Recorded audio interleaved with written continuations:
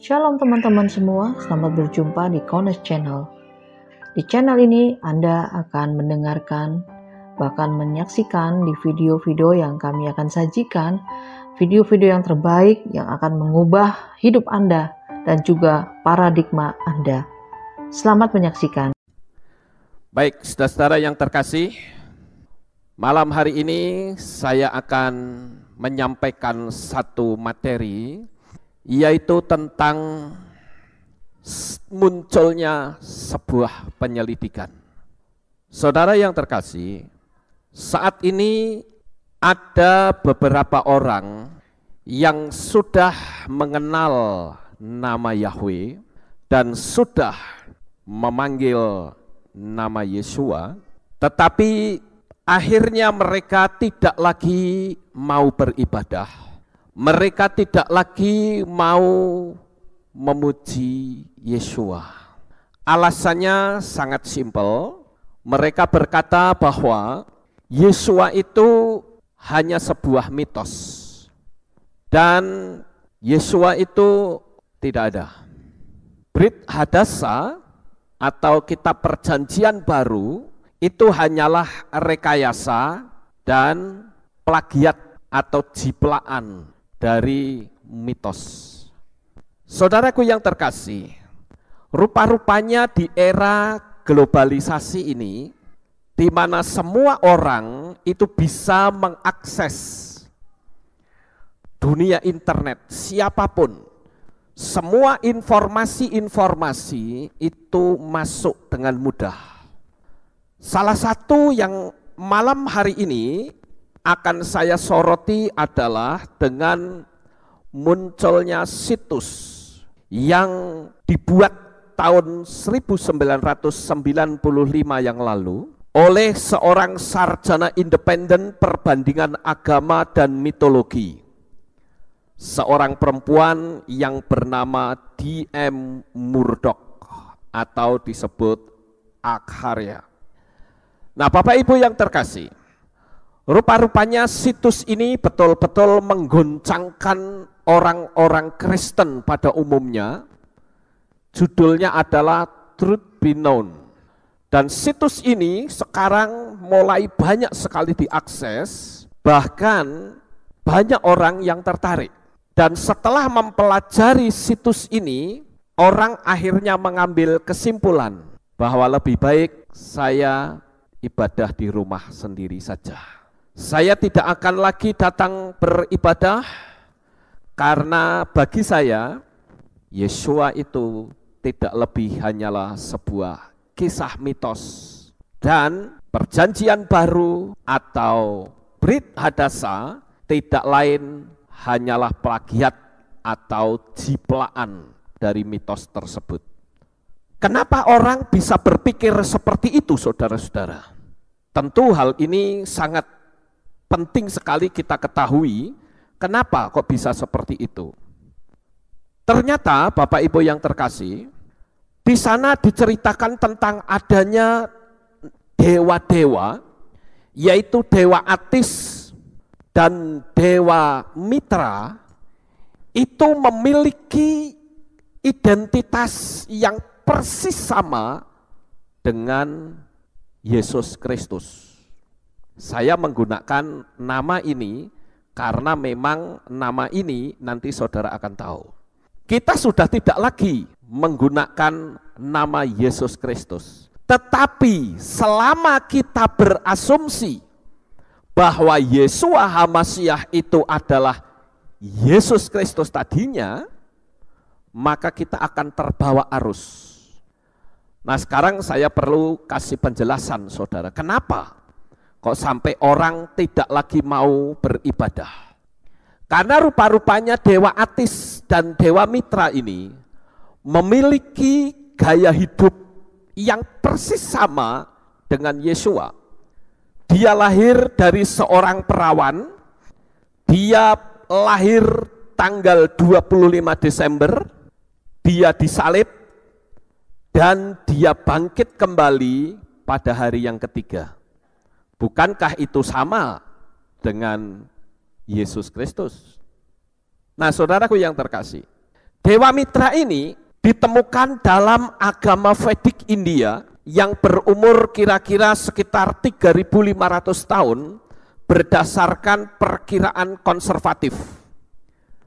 Dewa Mitra itu dikenal sebagai mitra atau mir karena ia juga disebut dalam bahasa Persia. Dan Dewa Mitra ini atau peribadatan, kepercayaan mereka itu sekitar 1.500 tahun sebelum Masehi, ternyata ibadah mitra telah berhasil sampai ke timur dekat di kerajaan India dari Mitanni yang pada saat itu diduduki oleh Asyur. Dan kalau saudara mempelajari dari situs tersebut dan beberapa situs-situs yang lain, dan penyelidikan ini tidak salah saudara. Saya katakan penyelidikan ini benar adanya, bahwa Dewa Mitra dan dewa-dewa yang lain itu memiliki kemiripan, memiliki kesamaan dengan Yesus Kristus. Saya ambil satu contoh. Kalau saudara melihat gambar seperti ini, jangan saudara berpikir itu Yesua, salah. Gambar yang saudara lihat ini sebetulnya adalah Dewa Mitra. Dan Dewa Mitra itu lahirnya tanggal 25 Desember. Dia juga lahir dari seorang perawan. Dia juga memiliki 12 murid. Dan simbolnya dia membawa anak domba. Dan Dewa Mitra ini memiliki konsep yang disebut Tritunggal. Bukankah Kristen sampai hari ini mengakui Tritunggal, saudara? Dan bukan itu saja, tetapi Dewa Mitra juga disebut sebagai terang dunia. Dewa Mitra juga ada cara pembaptisan, perjamuan kudus. Orang mulai gelisah dan berpikir, jangan-jangan benar apa yang disampaikan oleh ilmuwan tersebut. Dan saya mengatakan bahwa yang disampaikan ilmuwan itu benar, tidak salah, saudara. Memang ada mitologi yang berbicara seperti itu. Nah, oleh karena itulah orang mulai gelisah dan orang berpikir, wah benar kalau begitu Brit Hadasa atau perjanjian baru tidak lain hanyalah contekan dari kisah mitos yang ada di Yunani. Lalu untuk apa saya beribadah kalau begitu? Untuk apa saya susah-susah ke gereja? Untuk apa saya datang? Kalau toh saya berarti mengimani sesuatu yang kosong, tidak ada artinya. Dan saudara tahu bahwa D.M. Murdoch itu bukan orang sembarangan. Dia seorang ilmuwan dan dia adalah sarjana independen perbandingan agama dan mitologi. Nggak main-main saudara. Dan apa yang disampaikan itu bisa dipertanggungjawabkan. Dan ternyata saya menemukan apa yang disampaikan D.M. Murdoch ini tidak cuma dia saja yang menyampaikan.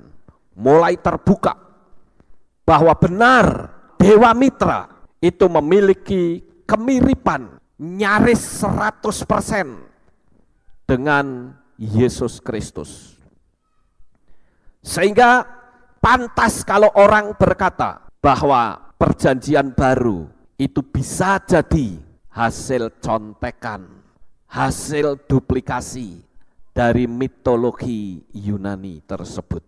Saudaraku yang terkasih, orang yang sudah memanggil nama Bapa dan sudah mengenal Yesua, itu pun akhirnya bisa saja mundur karena dia berpendapat bahwa Yesua itu tidak jauh berbeda dengan mitra. Nah, saya mengatakan seperti ini kenapa saudara? Karena orang masih berasumsi sampai hari ini. Bahkan pengagung Yahweh selalu berpikir bahwa nama asli Yesus Kristus adalah Yeshua HaMashiach. Tapi dari hasil pembelajaran, akhirnya saya menemukan bahwa Yesus Kristus dan Yeshua HaMashiach itu sangat berbeda. Loh, kok bisa dikatakan berbeda? Ya jelas dong, hari lahirnya saja beda kok. ya kan? Konsepnya saja berbeda. Kalau Yesus Kristus oleh kaum teolog menganggap itu Tritunggal. Apa bedanya dengan Dewa Mitra? Dewa Mitra juga Tritunggal. Nah, Bapak Ibu yang terkasih, kenapa orang bisa goncang? Karena kita itu sudah terbiasa dengan nama Yunani Yesus, yang lahir tanggal 25 Desember, yang juga sama dengan Dewa Mitra, Dewa Saturnalia, dan banyak lagi dewa-dewa lain yang lahir pada tanggal 25 Desember, dan menganggap bahwa Yesus dan Yesua itu sama. Sehingga saat menemukan kisah yang mirip, dianggap Yesua dan Yesus itu sama. Nah, saudaraku yang terkasih, Dewa Mitra juga matinya disalib. Apa bedanya kalau begitu? Nah, oleh karena itulah kita harus tahu, saudara, apa sih kekristenan itu? Nama Kristen itu dimulai dari Antiokhia. Di dalam kitab Maases Lihim pasal 11 ayat 26 itu ditulis bahwa penyebutan kata Kristen itu dimulai pertama kali di Antiokhia. Kita mulai membaca terlebih dahulu dari kitab Maases Lihim atau Kisah Rasul pasal 11 ayat 26. Kisah Rasul pasal 11 ayat 26 berkata, dan ketika menemukannya, dia membawanya ke Antiokhia, dan terjadilah selama setahun penuh mereka berkumpul bersama dalam jemaat dan mengajar kerumunan orang yang cukup banyak, dan para murid itu disebut Kristen untuk yang pertama kali di Antiokhia. Nah, saudara lihat, murid-murid di sana dikatakan disebut Kristen untuk yang pertama kali. Saudara tahu Kristen itu diambil dari kata apa? Kristus. Mesianik diambil dari kata apa? Mesias. Nah, saya akan menyoroti kata Kristus itu, saudara. Dan Kristen. Sebetulnya kalau saudara memperhatikan, kata Kristen itu bukan merupakan ungkapan bahwa murid-murid itu seperti Kristus. Salah. Sekarang saya buka rahasia yang selama ini terselubung, tersembunyi, yang tidak seorang pun yang tahu. Bahwa sebetulnya, saudara, yang disebut murid-murid itu adalah jemaat yang berbahasa Yunani, yang menyebut Yesua itu sebagai Kristus. Sekali lagi, siapa sebetulnya orang yang disebut Kristen itu? Kristen itu sebetulnya adalah merupakan kata ejekan. Ya, Kristen adalah kata ejekan. Loh, kok diejek kenapa? Karena orang-orang yang memanggil Yesua, mereka mengatakan Kristus, yang artinya yang diurapi. Nah, jemaat Yahudi itu tidak terima. Maka orang itu dijadikan ejekan oleh orang-orang Yahudi. Karena apa, saudara? Karena istilah Kristus itu bukan seperti yang kita bayangkan. Kristus artinya yang diurapi oleh Roh Kudus. Itu keliru sekali. Tetapi Kristus atau Kristos itu sebetulnya adalah merupakan panggilan dari anak pertama dari imam wanita pada kuil 1000 imam wanita. Dan kata Kristus itu sebetulnya diambil dari nama minyak krisma.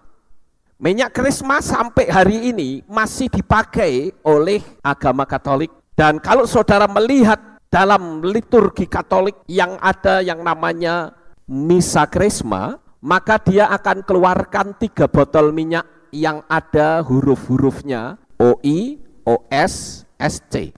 Kita mungkin tidak tahu apa itu dan orang tidak pernah bertanya. Tetapi sebetulnya SC, OS, dan OI itu memiliki arti. SC itu singkatan dari Sacred Chrisma atau krisma suci. Minyak yang digunakan untuk pembaptisan, untuk konsekrasi uskup dan konfirmasi. Ini minyak yang ditulis SC. Kemudian yang OS itu singkatan Oleum Sanctum. Ini adalah minyak katekumen yang digunakan untuk pembaptisan dewasa. Kemudian yang OI itu singkatan dari Oleum Infirmorum. Itu adalah minyak yang digunakan untuk penyembuhan dan minyak penyucian. Itu misa krisma, saudara. Kita memang tidak mengenal karena kita sebetulnya punya akar sumber itu ke Ibrani. Tetapi mereka itu Yunani dan mereka menggunakan bahasa Latin. Nah, kenapa sampai murid-murid itu diejek dengan sebutan Kristen? Karena orang Yahudi itu jelas tidak terima kalau Yesua itu disebut Kristus. Karena Kristus pada waktu itu di sekitar Antiokhia itu merupakan penyebutan dari anak imam wanita dari kuil 1000 imam wanita. Saudaraku yang terkasih, waktu itu di Yunani banyak penyembahan berhala. Salah satunya adalah kuil 1000 imam wanita. Dan di kuil itu banyak sekali dewa-dewa dan dewi. Ada Dewi Artemis atau Dewi Diana, atau yang disebut dengan Dewi Kesuburan. Kemudian ada pula Egeria, Nimfa, kemudian Dewa Absinthus, Dewa Hermes, Dewa Tutunus, Dewa Priapus, dan yang menjadi imam di kuil 1000 imam wanita itu tentunya adalah seorang wanita yang syaratnya adalah masih gadis. Nah, untuk menjadi imam di situ, saudara, maka orang wanita itu harus mau selaput keperawanannya dirobek dengan salah satu dari patung-patung yang ada di sana. Apakah itu patung Dewa Absinthus? Tapi untuk menjadi imam di situ dia harus rela menanggalkan keperawanannya dan dia harus mempenetrasi dirinya sendiri dengan kelamin patung tersebut yang terbuat dari batu. Harus dilumuri dengan minyak krisma. Dan ketika selaput keperawanan dari imam tersebut sudah direngut oleh patung Dewa Absinthus dan dewa yang lain, maka dia punya hak untuk menjadi imam di situ. Dan nanti kalau imam wanita ini menikah dan dia mendapatkan anak, maka anak pertama itu disebut Kristus. Nah, itu sebabnya orang Yahudi tidak terima. Loh, kok Yesua kok disebut Kristus? Tidak boleh. Nah, itulah latar belakangnya, saudara. Dan saudara lihat di sini ada peninggalan-peninggalan, ya, salah satu dari 7 keajaiban dunia itu adalah kuil Dewi Artemis atau Dewi Diana yang ada di Efesus di Turki.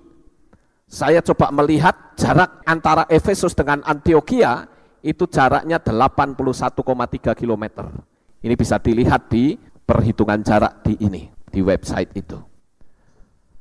Nah, itulah yang saya katakan, saudara, bahwa Kristen itu sebuah ejekan. Nah, Bapak Ibu yang terkasih, kekristenan itu sangat mirip sekali dengan pola mitologi. Salah satu di antaranya kalau saudara melihat di sini, bukankah teologia Kristen berkata bahwa Yesus Kristus itu adalah merupakan Tuhan Tritunggal. Ada Bapa, Anak, dan Roh Kudus. Kemudian Dewa Mitra juga Tritunggal, yaitu Mitra, Ahirman, dan Ormat. Kemudian Dewa Osiris juga Tritunggal, yaitu Osiris, Isis, Horus. Dewa Bagus, yaitu Bagus, Apolos, dan Jupiter. Belum lagi agama-agama lain yang ada di daerah India. Saudara tentu tahu, ada yang disebut Trimurti. Lalu kalau begitu untuk apa kita percaya dengan Tritunggal? Kalau begitu sama saja dong. Itulah yang membuat orang menjadi goncang, saudara. Nah, Bapak Ibu yang terkasih, jika saudara memanggil nama Sang Juru Selamat itu dengan panggilan Yesus Kristus, pasti akan tergoncang karena syarat dengan alam dewa. Ingat, Yesus Kristus itu nama Yunani, sedangkan Yeshua HaMasyiah itu adalah nama Ibrani, nama yang tidak boleh diubah, sama seperti nama Yahweh yang juga tidak boleh diubah. Oleh karena itulah melalui munculnya situs yang semakin banyak, saudara, orang bisa saja berpikir bahwa kekristenan itu adalah adopsi dari mitologi Romawi yang hari lahirnya juga sama dengan dewa Atis atau dewa Mitra. Bapak Ibu, saudaraku yang terkasih, yang menjadi kesalahan bagi orang Kristen adalah mereka itu mau digiring pada pola di luar Yahudi dengan dalih kontekstual dan hukum kasih karunia. Karena di dalam dunia teologi Kristen akan berkata bahwa Torah sudah tidak berlaku. Sekarang yang berlaku adalah hukum kasih karunia. Untuk apa kita berpikir tentang Torah? Sehingga dengan adanya hukum kasih karunia, akhirnya mengubah nama Yeshua menjadi Yesus tidak bermasalah.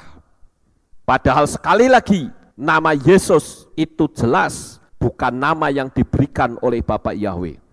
Orang bisa saja berdalih, ini kan menurut huruf Yunani seperti ini. Gak usah seperti itu, saudara. Nama itu sudah tidak bisa dirubah. Dan saya katakan ini jelas pemerkosaan ideologi Ibrani.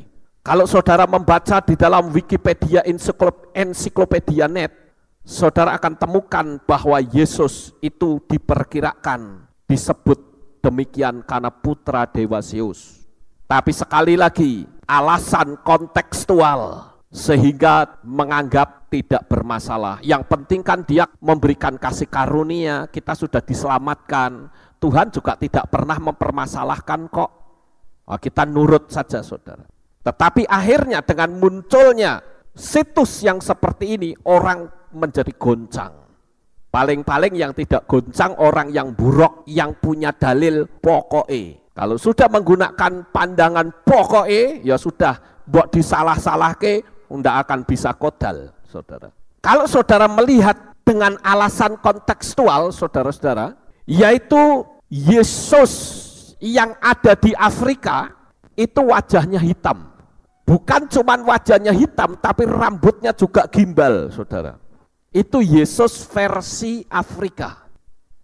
Cuman sayang di Indonesia kok tidak Yesus pakai belangkon, saudara. Jadi orang Kristen ini mau kayak kerbau dicocok hidungnya. Dan ini sangat mengerikan sekali, saudara-saudaraku. Bahkan kalau saudara tahu tentang konsep teologi Kristen, mungkin saudara pernah mengenal apa yang namanya Hades. Ya, Hades itu yang biasa kita ketahui adalah dunia orang mati, itu Hades. Tetapi tahukah saudara bahwa Hades itu juga sebetulnya ada sangkut pautnya dengan alam dewa. Makanya saya tidak menggunakan istilah yang berasal dari Yunani. Karena apapun yang berasal dari Yunani selalu akan berkaitan dengan alam dewa. Dunia Kristen mengatakan Hades itu diambil dari bahasa Yunani.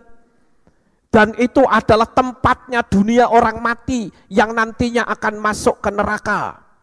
Saya justru mengatakan Hades itu adalah nama dunia bawah dalam mitologi Yunani. Kenapa kok ngambil dari mitologi, saudara? Kenapa kok tidak mengambil dari aslinya saja? Yang sebetulnya itu dinamakan Sheol, itu bahasa Ibrani. tetapi menggunakan kata Hades. Dan Hades itu sebetulnya adalah dewa, putra tertua dari dewa Kronos dan dewa Rea. Dia bersama dengan saudara-saudaranya mengalahkan para titan dan mengambil alih kekuasaan atas dunia. Itu sebabnya saya mengatakan bahwa kalau kita tahu akar sumber kita dari Ibrani, tapi kita menceng ke Yunani, kita masuk ke alam dewa. Apalagi saudara yang terkasih, di Hades itu ada kisah mitologi bahwa Hades itu dijaga oleh seekor anjing yang berkepala 3 yang bernama Kerberus.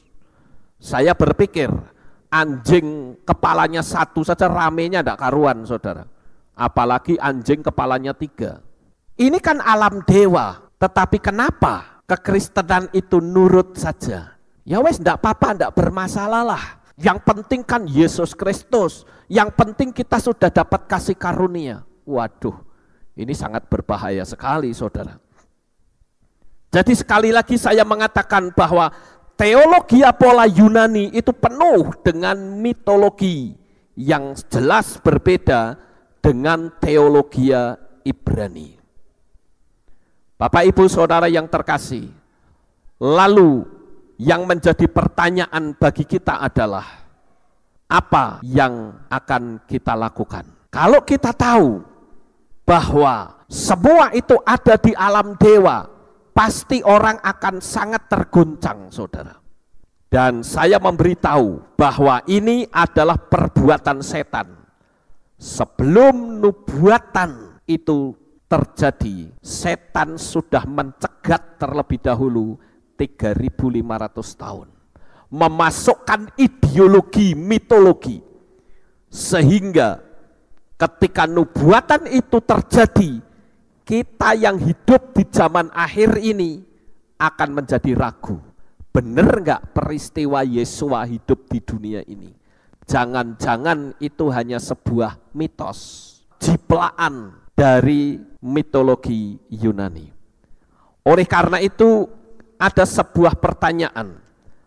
Bagaimana pendapat saudara dengan ditemukannya kisah ini? Apakah kita akan menolak Yesua? Oh, bisa saja terjadi. Nyatanya banyak orang-orang yang sekarang tidak lagi mau memanggil Yesua sebagai Tuhan. Lalu memanggilnya siapa? Memanggilnya Yahweh. Yahweh pun diganti menjadi Hashem dan Adonai, nyimpang lagi.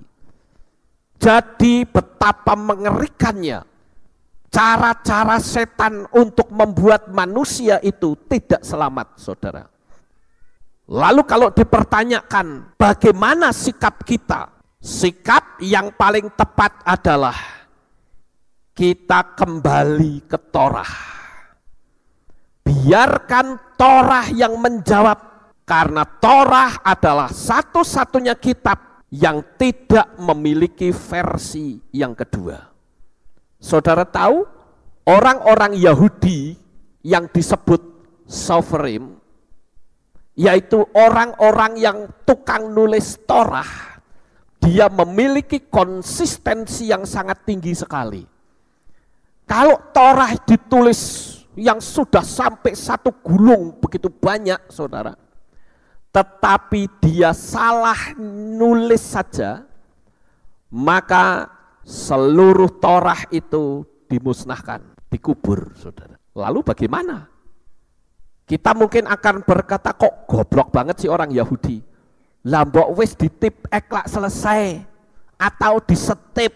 Wong zaman modern kok salah ya tinggal ditip ek atau disetip gampang. Itu kan kita. Tapi para Sopherim, penulis Torah, dia betul-betul menghargai Torah. Bahkan ketika dia mau saat menulis dan menemukan nama Yahweh, dia akan cuci tangan terlebih dahulu, membasuh dirinya sendiri. Kemudian dia baru tulis lagi. Ketika satu kalimat dia tulis, dia akan berdiam diri dan merenungkan. Maka yang disebut dengan Torah Kosher adalah Torah yang ditulis dengan tulisan tangan dan itu harganya sangat mahal, saudara. Sementara orang-orang zaman sekarang dengan mudahnya melecehkan nama Bapa. Mengerikan sekali. Oleh karena itulah Bapak Ibu Saudara yang terkasih, dengan kita kembali ke Torah, maka kita akan menemukan jawaban yang paling tepat. Tetapi sangat disayangkan, dunia kekristenan itu sudah terang-terangan anti Torah. Kalau orang bicara Torah, seolah-olah itu sebuah momok yang mengerikan, yang tidak perlu dihampiri. Tetapi saya mengatakan bahwa datangnya Yesua ke dalam dunia ini yang disebut dengan kasih karunia itu justru datangnya dari Torah. Tanpa Torah tidak mungkin Yesua datang ke dunia ini. Mengapa? Karena dari Torah ada nubuatan-nubuatan tentang Yesua. Oleh karena itu saudara, kalau ada pendeta atau gereja yang menolak Torah, saya justru mengatakan gereja itu atau pendeta tersebut melanggar kebenaran firman. Tapi anehnya, Torahnya ditolak, perpuluhannya kok enggak ditolak ya saudara? Padahal kan perpuluhan itu Torah, betul enggak? Iya toh? Perpuluhan itu Torah saudara. Ingat, Torah itu adalah 5 kitab Moshe. Beresit, Shemot, Wayikra, dan seterusnya. Kejadian, Keluaran, Imamat, itu Torah. Dan perjanjian lama itu disebut Tanakh. Tanakh itu singkatan Torah, Ketuvim, dan Neviim. Nah Bapak Ibu Saudaraku yang terkasih, mari kita akan mulai membahas, benarkah Brit Hadasa atau kisah tentang Yesua yang ada di dunia ini hanya sebuah mitos? Benarkah kisah tentang Yesua yang tertulis di dalam Brit Hadasa atau perjanjian baru itu hanya sebuah jiplaan saja? Mari kita akan bahas satu persatu. Kita mulai yang pertama. Kita akan membaca terlebih dahulu di dalam kitab Beresit atau kitab Kejadian pasal 3 ayat 15. Kita akan baca terlebih dahulu saudara. Kejadian 3 ayat 15. Dan aku akan mengadakan permusuhan antara engkau dan wanita ini, dan antara keturunanmu dengan keturunannya. Dia akan meremukkan kepalamu dan engkau akan meremukkan tumitnya. Nah, nubuatan tentang karya keselamatan melalui Yesua itu sudah dimulai terlebih dahulu sejak manusia jatuh dalam dosa. Jadi kalau saya terjemahkan ke bahasa bebas kira-kira begini saudara. Ketika Adam dan Hawa jatuh di dalam dosa, maka manusia pasti akan mati. Manusia putus hubungan dengan Tuhan. Oleh karena itu, agar supaya seluruh dunia ini diselamatkan, maka Bapa Yahweh langsung membuat nubuatan. Dia berkata kepada ular tersebut, kamu sudah mengalahkan perempuan yang bernama Hawa bersama dengan suaminya Adam. Tetapi nanti keturunan dari perempuan ini akan meremukkan kepalamu. Dan itu jelas berbicara tentang Yesua, saudara. Jadi kalau kita tanya kepada Torah, maka Torah memberikan jawaban bahwa sejak manusia jatuh di dalam dosa, Tuhan sudah persiapkan nanti keselamatan. Manusia akan dituntut ditutup lagi ketelanjangannya. Itu terbukti ketika Adam dan Hawa kedapatan dirinya telanjang. Dia menyemat daun pohon ara dan dia pakai untuk pakaian. Tapi usaha manusia itu sementara. Pakaian yang terbuat dari daun itu lama-kelamaan rontok. Akhirnya Bapak Yahweh sendiri yang memberikan kulit domba. Bukankah itu merupakan satu simbol akan kematian Yesua? Yang kedua, saudara, di dalam kitab Beresit, kalau saudara melihat di sini, ini adalah ayat pertama kitab Beresit atau kitab Kejadian. Beresit bara Elohim et hasyamayim wa et haaretz. Pada mulanya Tuhan menciptakan langit dan bumi. Kata pada mulanya atau Beresit saja itu sudah menceritakan tentang penyaliban Yesua. Baru kata Beresit saja loh saudara. Kalau kita melihat susunan huruf-huruf ini, itu memberikan arti atau menggambarkan kepada kita maksud dari kata-kata tersebut. Sekarang saudara perhatikan di sini. Beresit, bet, res, alef, shin, yot, tau. Kalau dipisah-pisah, bet dan res itu memiliki arti putranya. Kemudian alef itu memiliki arti Elohim atau Tuhan, atau yang awal, atau bisa memiliki arti divine atau sesuatu yang ilahi. Kemudian shin itu artinya untuk menghancurkan. Yod itu artinya tangan atau karyanya. Sementara tau adalah penyaliban. Kenapa? Karena huruf Ibrani kuno itu bentuknya adalah salib yang dikenal dengan Paleo Hebrew. Nah, Bapak Ibu yang terkasih, kata bara, bar, dan alef itu kalau digabung memiliki arti Putra Elohim adalah sang pencipta. Putra Elohim ini siapa? Yesua. Yesua adalah sang pencipta. Makanya Yesua mengatakan di dalam kitab Yohanan kepada orang-orang yang menjadi alasan orang-orang itu membunuh Yesua adalah ketika Yesua berkata, kamu akan mati dalam dosamu kalau kamu tidak percaya bahwa akulah Dia. Kamu akan mati dalam dosamu. Bukankah itu cocok dengan kata Beresit?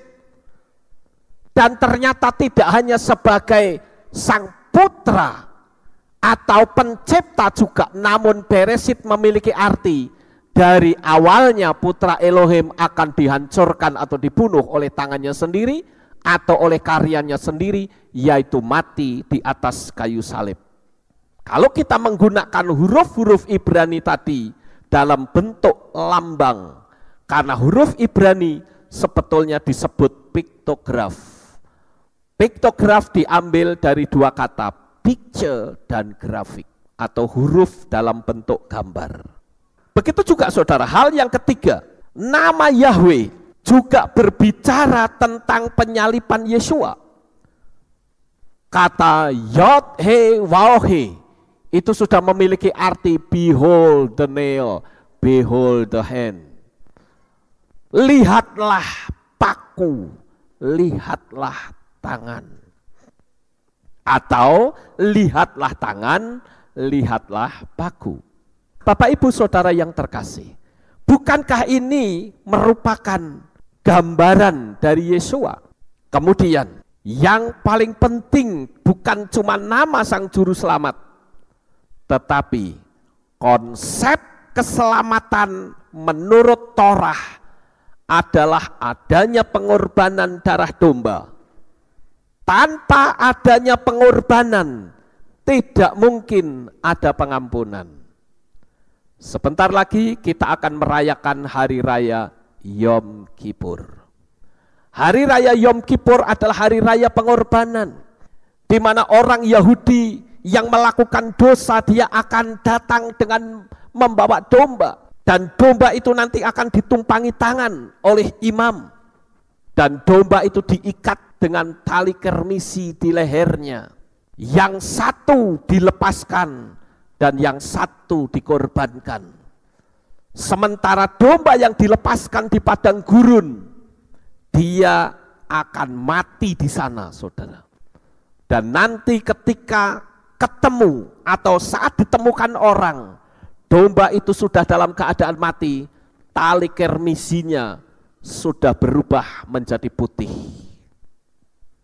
Itu sebabnya di dalam kitab suci dikatakan, sekalipun dosamu merah seperti kermisi, akan menjadi putih seperti salju.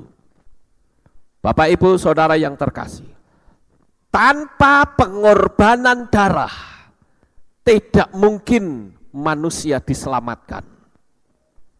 Darah domba itu nanti dipercikkan ke dalam mizbah. Disitulah pengampunan terjadi. Itulah konsep Torah. Jadi setan itu tidak suka, saudara, agar supaya orang tidak menerima pengampunan melalui darah, terciptalah sebuah pendapat bahwa Brit Hadasa itu tidak lain hanyalah kisah contekan dari mitologi Romawi maupun Yunani. Karena dengan demikian orang tidak lagi mau datang beribadah dan menyembah Yesua. Jadi dengan kata lain dia akan menolak Yesua. Menolak Yesua sama saja menolak pengampunan. Dan itu sangat berbahaya. Sekarang dari apa yang saya sampaikan ini, pertanyaan saya, apakah saudara bisa paham? Oke, bagus. Saudara tetap ikuti saya ya. Karena kalau tidak bisa saya akan ulang supaya saudara paham betul. Dari apa yang saya sampaikan tadi, saudara, di sana seolah-olah mana nama Yesua belum muncul. Betul, dari apa yang tadi saya sampaikan belum muncul nama Yesua. Tapi sekarang saya munculkan nama Yesua. Bapak, Ibu, Saudara yang terkasih, di dalam kitab Tehillim pasal 53 ayat 6, kalau di dalam LAI ayat yang ke-7, di dalam teks bahasa Ibrani dikatakan, Mi yiten mission Yesu ot Yisrael besub Elohim sebut amu Yagel Yaakov Yismah Yisrael. Ada satu kata yang sangat menarik di sini, yaitu kata Elohim sebut amu. Elohim sebut amu itu artinya Tuhan memulihkan manusia. Kalau Tuhan memulihkan manusia, yang jadi pertanyaan siapa yang memulihkan? Tetapi di sini ada rahasia, ada kode rahasia. Kata Elohim sebut amu. Perhatikan kata yod di sini. Kacek satu huruf shin, kacek satu huruf waw, kacek satu huruf ayin. Sudah langsung ketemu di situ nama Yesua. Apakah ini sebuah kebetulan? Saya yakin tidak. Semua sudah diatur oleh Tuhan. Bahkan ketika Yesua disalib, di sana pun tertulis nama Yahweh. Sangat jelas sekali, saudara. Saya tidak terangkan itu karena saya sudah pernah menerangkan kepada saudara. Tapi kita kembali hal ini ke tempat ini untuk saya menyampaikan bahwa di dalam Torah, di dalam tanah tertulis banyak sekali nama Yesua. Kalau saudara perhatikan di sini, kitab Zakaria pasal 4 ayat 8 sampai 9 dan ayat 3, pasal 9 ayat 13 di Bible Code. Mungkin saudara akan bertanya, apa sih Bible Code, saudara?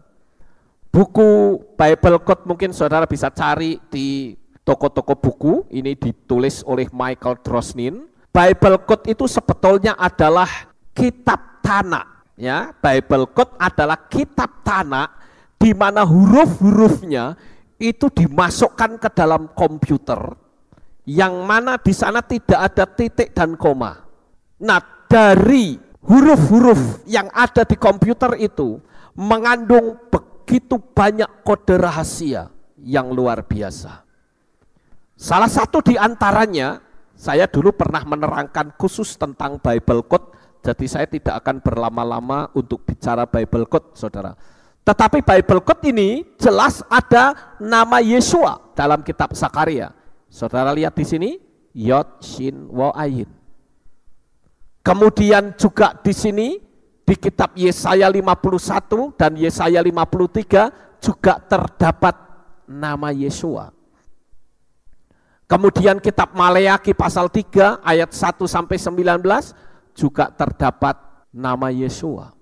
Jadi di sini kita sudah melihat, memiliki satu pemikiran bahwa konsep Torah tentang keselamatan harus melalui darah.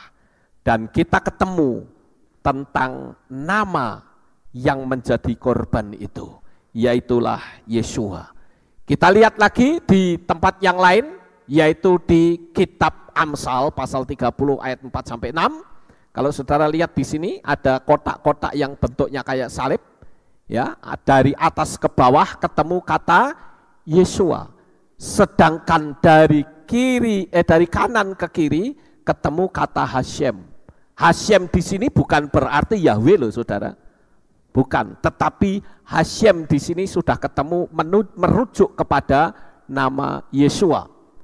Nah, di dalam kitab Tanakh juga ada kode rahasia tentang nama Yeshua. Yang berikutnya, saudara-saudara, di dalam kitab Ratapan pasal 1 ayat 16 sampai kemudian ayat 3, pasal 3 ayat yang kelima, itu juga ada nama Yeshua. Saudara lihat dari atas ke bawah, nama ini muncul lagi, saudara. Kemudian, kalau saya urutkan lagi, maka kita akan menemukan banyak daftar tentang nama Yeshua. Di dalam kitab Bilangan, sangat banyak sekali kode-kode yang menunjukkan bahwa itu adalah Yeshua. Ya, di kitab Bilangan pasal 5, ayat 15 dan seterusnya, ada kata Yeshua Hamashiach. Kemudian pasal 11 ada kata Ben Elohim, ya.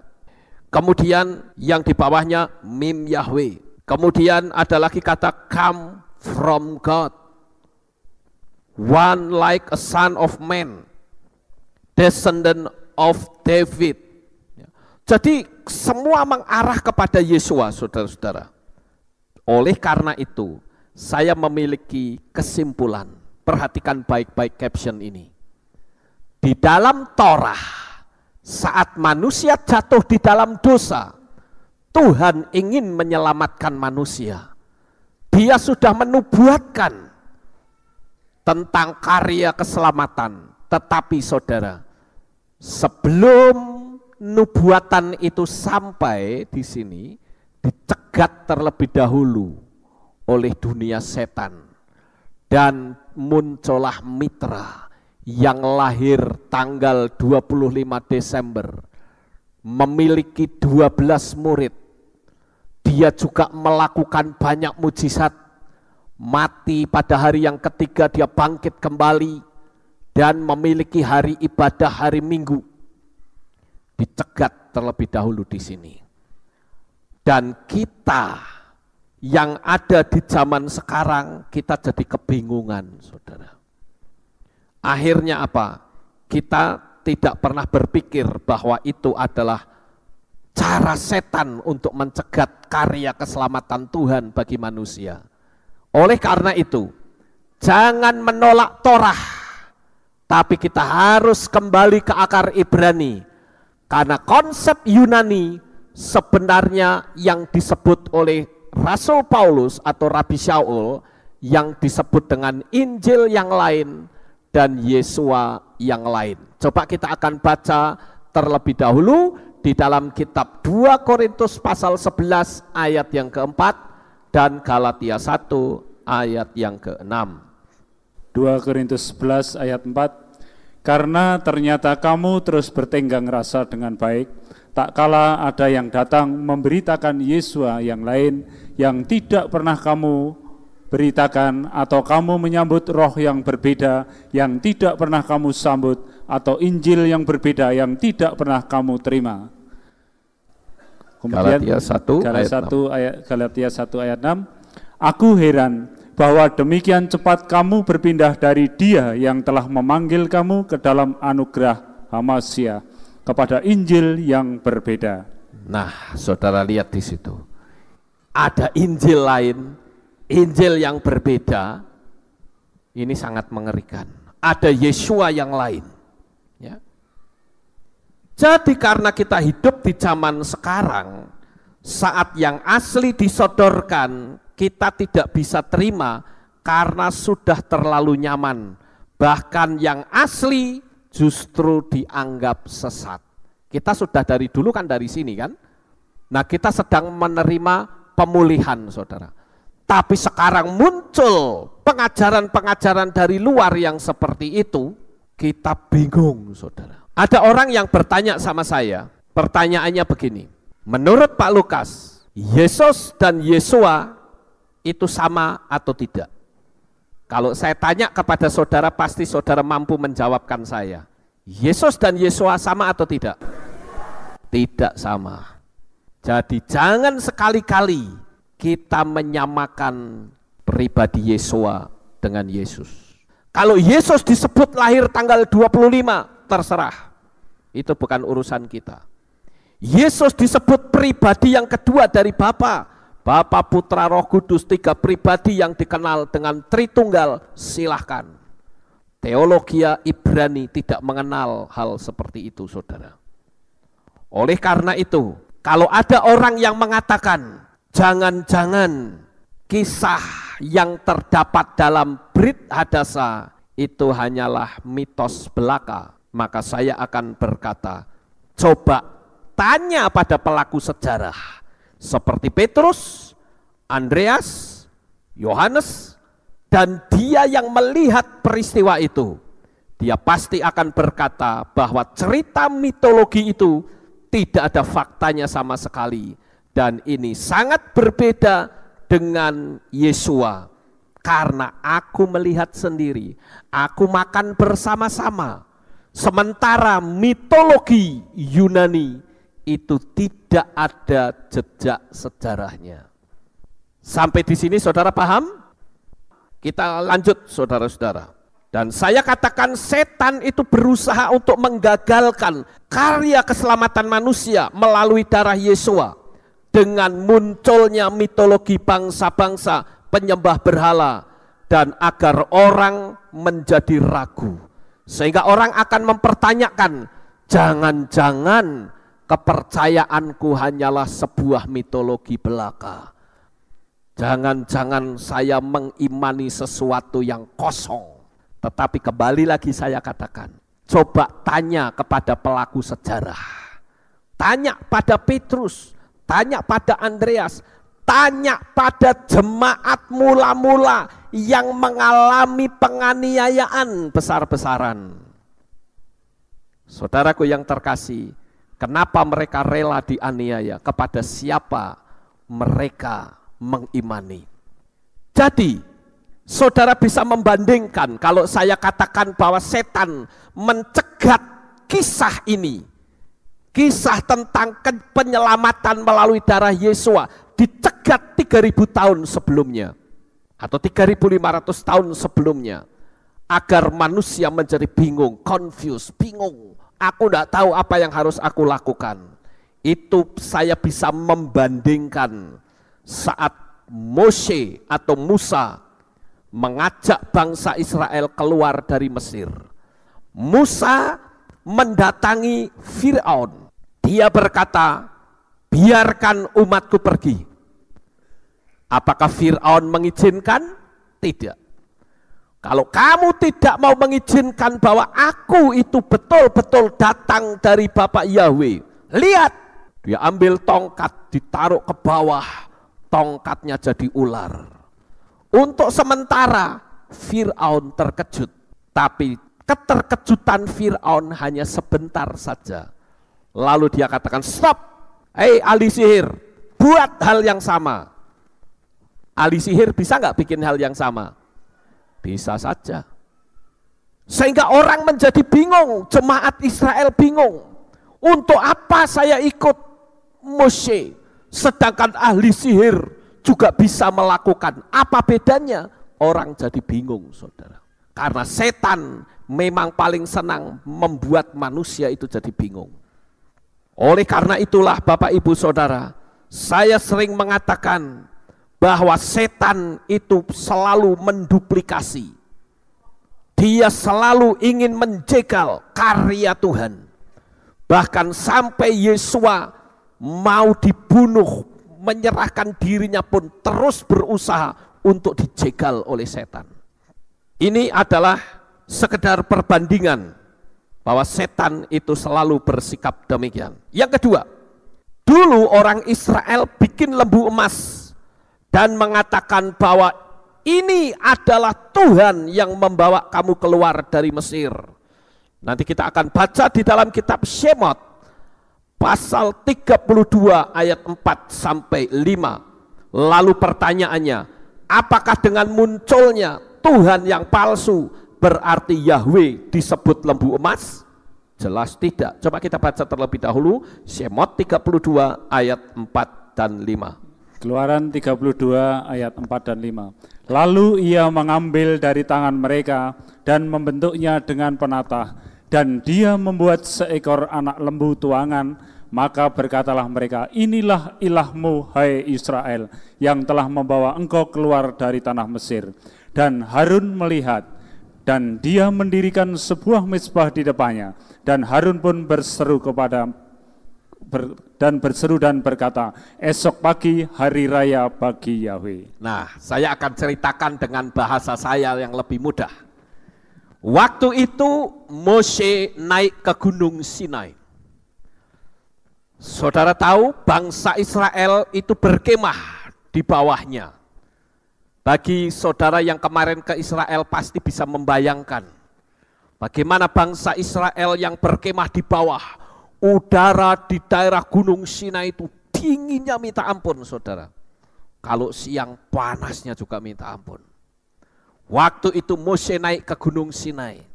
1 hari, 2 hari gak turun-turun. Orang akan mikir, wah jangan-jangan Moshe mati di atas gunung. Lalu mereka merasa seperti domba yang tidak bergembala. Lalu orang-orang dari bangsa lain yang ikut keluar, mereka memberikan pengaruh yang besar. Mereka mendesak bangsa Israel untuk membuat lembu emas. Mana Tuhanmu? Harun didesak. Akhirnya Harun kalah, saudara. Ya inilah orang yang tidak konsisten, saudara.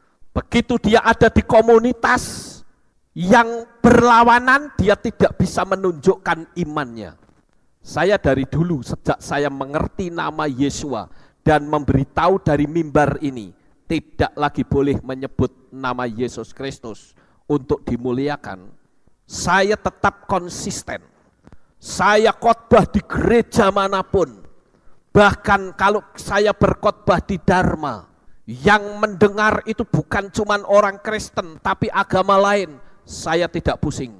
Saya akan tetap memanggil Yahweh dan Yesua.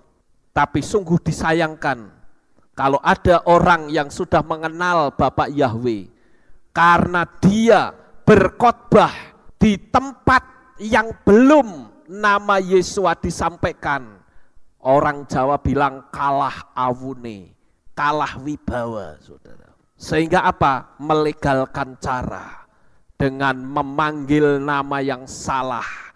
Kenapa kita tidak berani mengatakan dengan terang-terangan namanya adalah Yesua? Apa yang ditakutkan? Saya nggak pusing. Saya menyampaikan apa yang saya ngerti. Perkara orang tidak panggil saya lagi, it's okay, no problem. Saya bisa memberikan pengajaran di sini agar jemaat Tuhan di sini semakin paham akan kebenaran firman Tuhan. Saudaraku yang terkasih, saya akan mengatakan bahwa kisah yang disebut kisah mitos itu kisah yang tidak bisa dibuktikan secara sejarah. Jadi dengan kata lain, kisah Dewa Atis dan kisah Dewa Mitra itu hanya ada di daerahnya sendiri saja. Dan tidak ada fakta karyanya secara fisik maupun sejarah. Tapi hanya bentuk gambar-gambar, patung-patung, atau tempat-tempat pemujaan. Itu bisa saja. Kalau orang mau menyembah setan, dia bikin tempat ibadah, bisa saja. Tapi karya dari si setan itu tidak pernah ada, saudara. Itu namanya mitos, itu hanya sebuah dongeng. Semua daerah punya kisah sendiri-sendiri yang berbeda-beda. Saya ambil satu contoh misalnya, saudara tahu ini gambar siapa? Siapa ini? Kok tahu? Saudara pernah lihat Nyai Roro Kidul? Pernah? Di mana? Ini ya benar ya. Sekarang pinter-pinter ya jemaat ya. Ya. Jadi kalau ditanya saudara pernah lihat Nyai Roro Kidul, jangan ngomong belum. Sudah, di mana? Lah itu, gambarnya ada kok. Ya, pinter. Bagus ya. Ini kan sebuah mitos saudara yang tidak bisa dibuktikan. Karyanya apa di dunia ini? Enggak ada jejak sejarahnya, enggak ada. Begitu juga ini. Ini gambar apa? Kolo ijo, buto ijo, saudara. Dan cerita tentang buto atau raksasa itu di dalam kitab kita ada enggak? Ada enggak? Ada. Yang disebut Nephilim itu kan raksasa yang tingginya 7,5 meter. Dan itu bisa dibuktikan dengan penemuan-penemuan arkeologi. Sementara Kolo Ijo nggak ada, nggak bisa dibuktikan. Itulah yang disebut mitos. Sekarang pertanyaannya, sampai di sini saudara paham? Oke, lanjut. Yang berikutnya, fakta penyalipan di Bukit Golgota itu sampai hari ini masih ada. Faktanya ada. Tempat penyalipannya. Bahkan saudara yang terkasih, kalau kita melihat adanya gempa yang meretakkan bukit batu juga masih bisa dilihat sampai sekarang. Beberapa waktu yang lalu dunia arkeologi digemparkan dengan penemuan The Ark of the Covenant atau tabut perjanjian. Dan saudara tahu penemuan tabut perjanjian itu persis di bawahnya salib Yesua. Dan konsep ini adalah konsep Torah, di mana pengampunan itu harus ada pemercikan darah. Saya tidak akan menceritakan tentang hal ini karena saya sudah menyampaikannya dan sudah saya unggah di YouTube. Tetapi ketika tabut perjanjian ini ada di bawah dan ketika Yesua mati, darahnya ngocor ke bawah. Dan ingat pada waktu itu terjadi gempa bumi dan bukit itu retak ya. Maka darah Yesua itu ngocor dan netes sampai ke tabut perjanjian. Konsepnya persis seperti Torah. Pengampunan itu terjadi ketika darah domba itu dipercikkan di tabut perjanjian. Pengampunan terjadi. Dalam konsep perjanjian lama, pengampunan melalui darah domba hanya kepada orang Israel. Tetapi darah Yesua HaMasyiah ketika dia netes sampai ke tabut perjanjian, maka pengampunan itu tidak cuma untuk bangsa Israel, tapi seluruh dunia termasuk saudara dan saya. Itulah kehebatan darah Yesua. Makanya saya katakan, dengan kita kembali ke Torah, kita akan ngerti konsep keselamatan itu yang sebenarnya. Yang berikutnya, nubuatan Yesua tentang hancurnya bait suci itu digenapi pada tahun 70 oleh Jenderal Titus yang juga bisa dilihat sampai sekarang. Coba kita akan baca di dalam kitab Matiyahu atau kitab Matius pasal 24 ayat yang kedua. Matius 24 ayat yang kedua. Namun Yesua berkata kepada mereka, tidakkah kamu melihat semuanya ini? Sesungguhnya aku berkata kepadamu, sekali-sekali di sini tidak akan dibiarkan batu di atas batu yang sama sekali tidak akan diruntuhkan. Nah, Bapak Ibu yang terkasih, saya akan ceritakan kembali dalam bahasa yang saudara mudah mengerti. Waktu itu Yesua sedang berbicara kepada ahli Taurat dan orang Farisi. Yesua katakan, rombak bait suci ini dan dalam 3 hari aku akan membangunnya kembali. Ahli Taurat berkata apa? Dia katakan, engkau akan membangunnya dalam 3 hari? Kami membangun 40 tahun lamanya. Dia tidak tahu bahwa Yesua sedang berbicara itu untuk dirinya sendiri. Tapi ahli Taurat dan orang Farisi membanggakan bait suci yang megah, yang mewah dengan ornamen-ornamen yang hebat. Tapi Yesua mengatakan, kau lihat bahwa batu tidak akan bertumpuk di atas batu yang lain.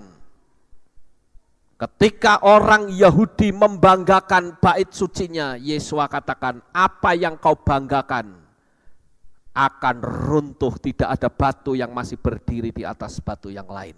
Ucapan Yesua itu digenapi, saudara.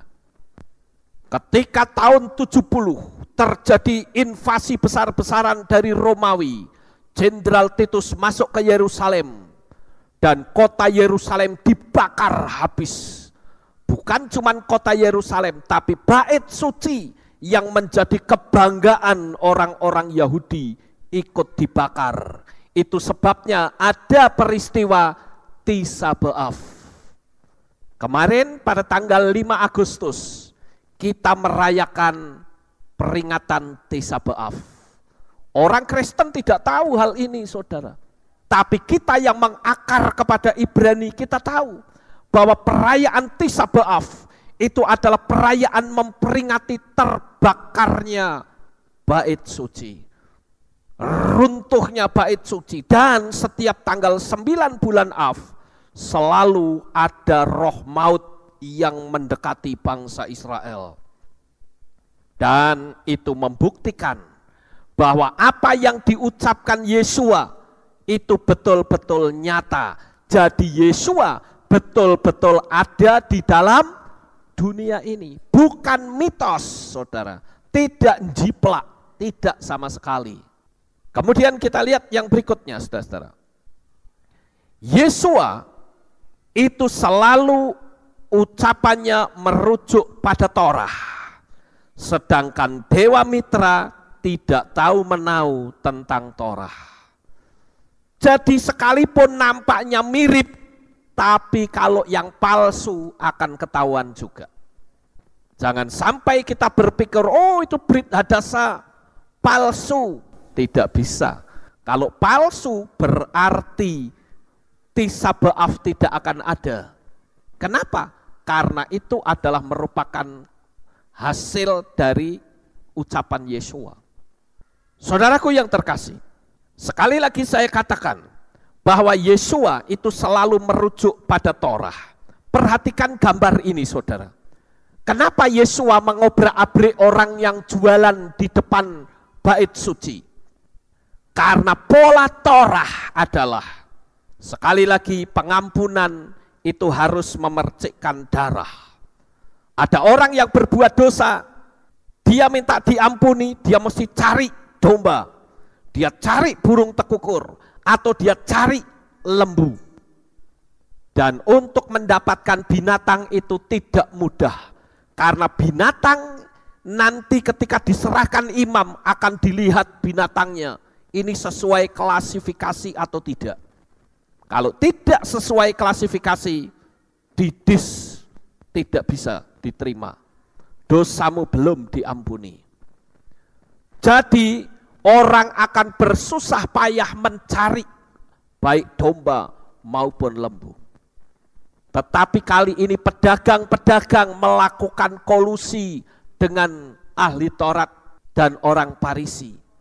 Saya bisa membayangkan waktu itu para pedagang berkata kepada ahli Taurat, Pak, bagaimana kalau daripada jemaat Israel angel nyarinya, saya tak menyediakan saja po domba-dombanya tak jual di depan, tapi nanti kita akan dapat untung, nanti Bapak saya kasih fee. Mau nggak kira-kira? Mau, ahli Taurat, senang sekali saudara.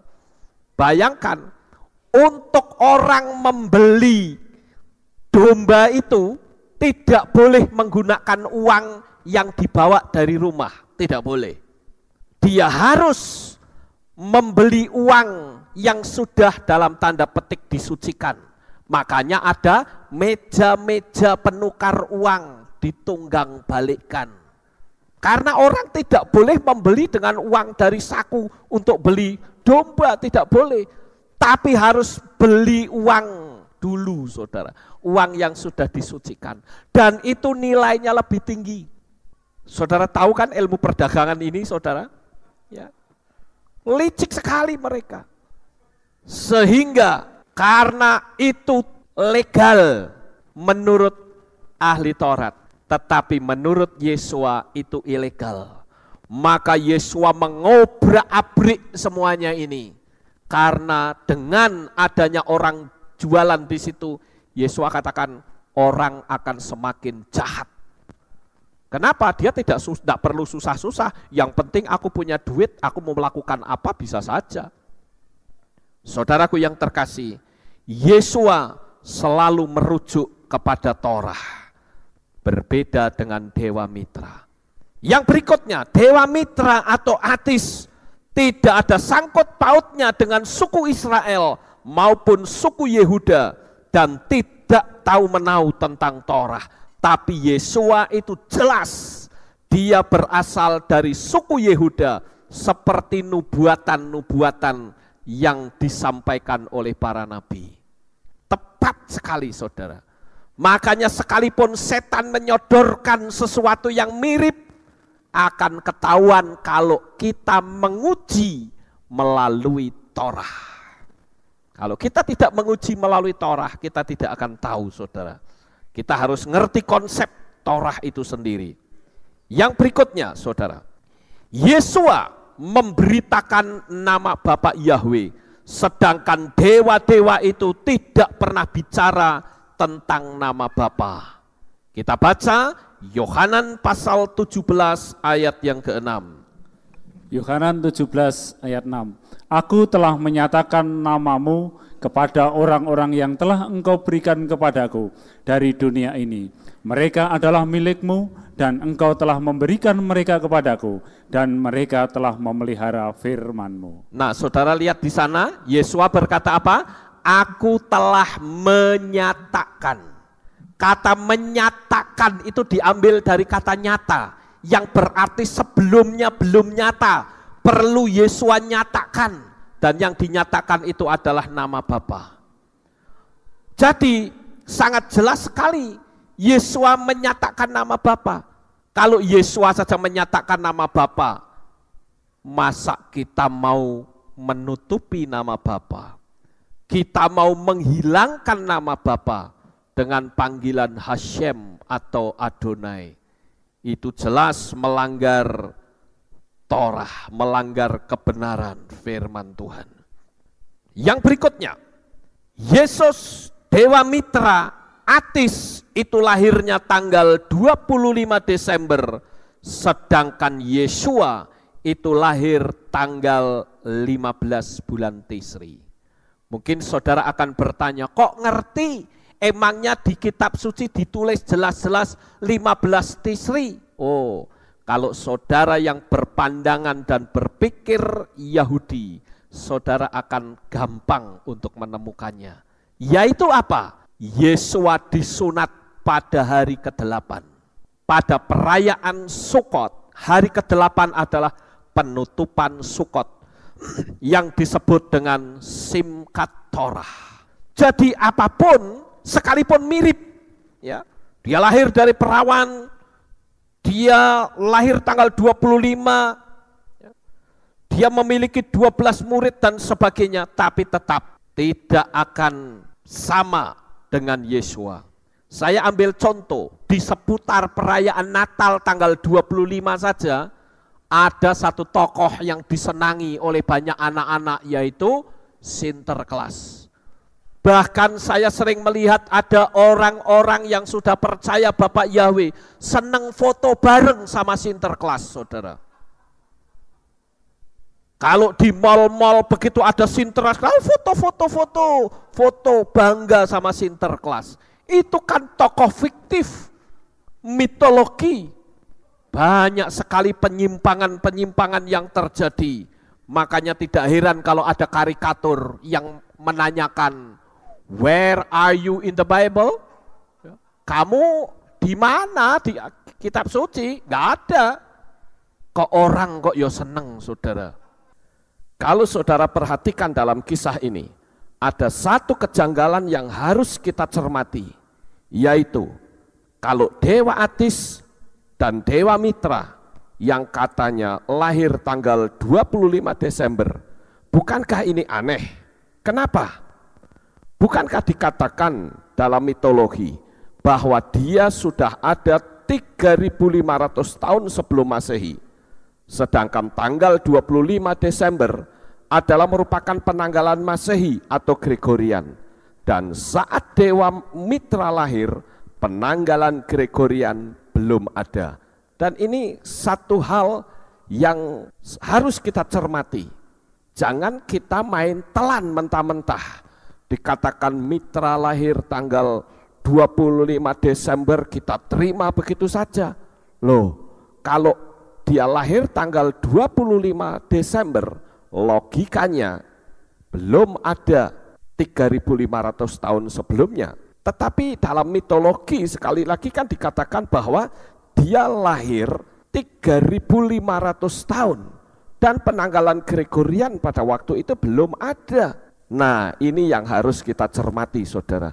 Jangan kita dengan mudah menelan mentah-mentah. Yesus disebut lahirnya tanggal 25 Desember, beda dengan Yesua. Dan ini kalau saya ngomong seperti ini, mungkin orang yang sudah ngerti akan ngomong gini, enggak, Yesus itu lahirnya enggak tanggal 25. Kalau ditanya, Jok lahirnya kapan? Orang enggak tahu. Loh kok kamu sudah ngerti Yesua tidak lahir tanggal 25, kok kamu tetap merayakan? Ya kan sudah tradisi. Ini pola Yunani kayak gitu, saudara. Pola Yunani itu memperkosa kebenaran. Kalau kita sudah ngerti, kita harus melakukan kebenaran itu. Kita nggak perlu takut, saudara. Kenapa pemimpin gereja kok malah takut sama jemaatnya? Jemaat lari ya biar saja. Nanti giliran waktu yang akan menunjukkan kebenaran itu sendiri. Karena kebenaran yang akan membela orang yang mau berpegang kepadanya. Amin. Yang berikutnya, terjadinya penganiayaan jemaat mula-mula oleh Kaisar Nero merupakan peristiwa sejarah yang benar-benar nyata atas orang-orang yang percaya kepada Yesua.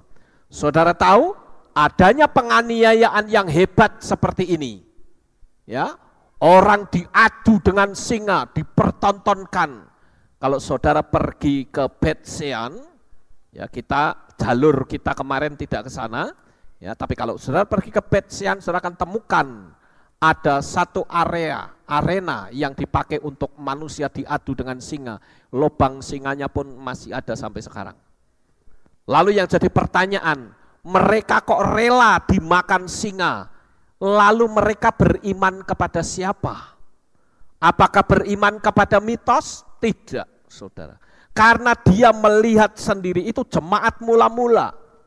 Bagaimana mereka melihat karya Yesua. Bagaimana mereka melihat Yesua mati dan bangkit pada hari yang ketiga. Jejak sejarahnya bisa dibuktikan. Yang berikutnya adalah Petrus yang mati terbalik, disalib terbalik, saudara. Dan para martir yang mati dalam kurun waktu yang sangat dekat dengan zaman Yesua. Mereka tidak ragu karena mereka tahu persis peristiwanya juga tidak lama. Ada satu buku yang cukup menarik, ya judulnya adalah 12 Kaisar. Itu berisi tentang catatan terlengkap tentang kejayaan dan kekejaman 12 kaisar Romawi. Ini sangat mengerikan, saudara. Mengapa orang-orang atau kaisar-kaisar ini sampai membunuh orang-orang percaya? Karena mereka tahu bahwa itu adalah cara setan untuk membuat orang takut, menyangkali Tuhan. Kemudian yang berikutnya, kalau Yesua itu hanya sebuah kisah rekayasa bohong, maka tidak ada pula jemaat Yahudi di Asia Kecil, yaitu 7 kehilat di dalam kitab Gilyahna. Tapi faktanya sampai sekarang menjadi objek wisata. Jemaat ini bukan jemaat Kristen loh saudara, jangan salah mengerti. 7 jemaat itu adalah jemaat Yahudi yang dikenal dengan Yahudi diaspora. Dan mereka adalah jemaat yang berbahasa Ibrani. Dan juga ada yang berbahasa Yunani. Jadi jangan saudara berpikir itu adalah orang-orang Kristen, bukan. Itu orang Yahudi yang dikenal dengan Yahudi diaspora. Sekarang sedikit tambahan tentang Dewa Mitra. Yang pertama adalah mitologi Mitra itu terdapat dalam 2 kebudayaan, yaitu kebudayaan Iran dan Roma. Catatan sejarah yang paling lama tentang dewa yang bernama Mitra Iran adalah sekitar 1400 tahun sebelum Masehi. Dan tulisan yang berwarna kuning ini adalah sumbernya. Kita lihat yang berikutnya. Yang kedua, setelah muncul agama Zoroaster, Mitra Iran berubah menjadi perantara antara Ohmart, dewa kebaikan, dan Ahriman, dewa kejahatan dalam mitologi dualisme Zoroaster. Semua sumber-sumber saya cantumkan di situ. Next. Yang ketiga, Mitra membunuh banteng ditemani oleh anjing, ular, gagak, dan kalajengking. Kejadian ini berlangsung di dalam gua. Dan ikon ini terdapat dalam setiap gua tempat pemujaan Mitra Romawi. Namun kisah ini tidak sama sekali ada dalam mitologi Iran. Jadi simpang siur saudara. Tetapi ada satu hal yang cukup menarik adalah dalam gambaran Dewa Mitra yang sedang membunuh banteng, saudara, selalu di belakangnya ada gambar seperti ini. Ya, nah inilah yang dikenal dalam pola Yunani itu Yesus Kristus. Makanya selalu gambarnya pakai beginian, saudara. Ya, sosok ini selalu muncul dan berpakaian merah. Inilah Yesus. Sekali lagi, Yesus bukan Yesua. Harus kita ketahui itu. Next. Para ahli menduga bahwa Mitra Romawi adalah ciptaan baru dengan menggunakan nama lama untuk mendapatkan kesan yang misterius. Yang berikutnya, pemujaan Mitra tersebar ke Persia melalui kebudayaan Helenisme. Setelah kekalahan Persia oleh Alexander Agung di abad ketiga dan 4 Masehi, pemujaan Mitra dilakukan oleh prajurit-prajurit Romawi dan menjadi rival bagi agama Kristen yang saat itu baru mulai tumbuh. Nah, di situ kekristenan mulai berkembang, saudara. Tapi ingat, kekristenan itu sudah nyimpang dari pola Yahudi. Kenapa? Karena ada pola Helenisasi yang cukup kuat pada waktu itu. Saya tidak lagi bercerita tentang apa itu Helenisasi dan sebagainya. Yang berikutnya yang keenam, yaitu Mitra Romawi baru tumbuh dan mencapai ketenarannya paling cepat setelah tahun 200 Masehi. Dan ini diciptakan setelah jemaat mula-mula berkembang untuk melawan gerakan ini. Jadi bukan tokoh Yesua yang mencontek mitra Romawi, melainkan mitra Romawilah yang mencontek tokoh Yesua, tetapi mereka menggunakan nama Yesus Kristus yang memang berasal dari nama Yunani. Sekarang terjadi kesimpang siuran yang sangat luar biasa. Yang berikutnya, yang ketujuh. Oleh karena itu, jangan pernah lagi menyamakan Yesua dengan Yesus Kristus yang syarat dengan dewa-dewa Romawi. Karena ingat, akar iman kita bukan dari Yunani, melainkan dari Ibrani. Jadi dengan demikian saudara, jangan ragu lagi engkau tetap setia beribadah. Jangan ragu lagi, karena Yesua itu adalah Yahweh sendiri yang turun ke dalam dunia ini. Dia adalah pahlawan kita yang menyelamatkan kita melalui darahnya. Sukses besar untuk saudara. Bapak Yahweh memberkati. Haleluya. Terima kasih teman-teman semua yang sudah menyaksikan video ini. Sukses besar untuk kita semua. Bapak Yahweh memberkati. Haleluya. Amin.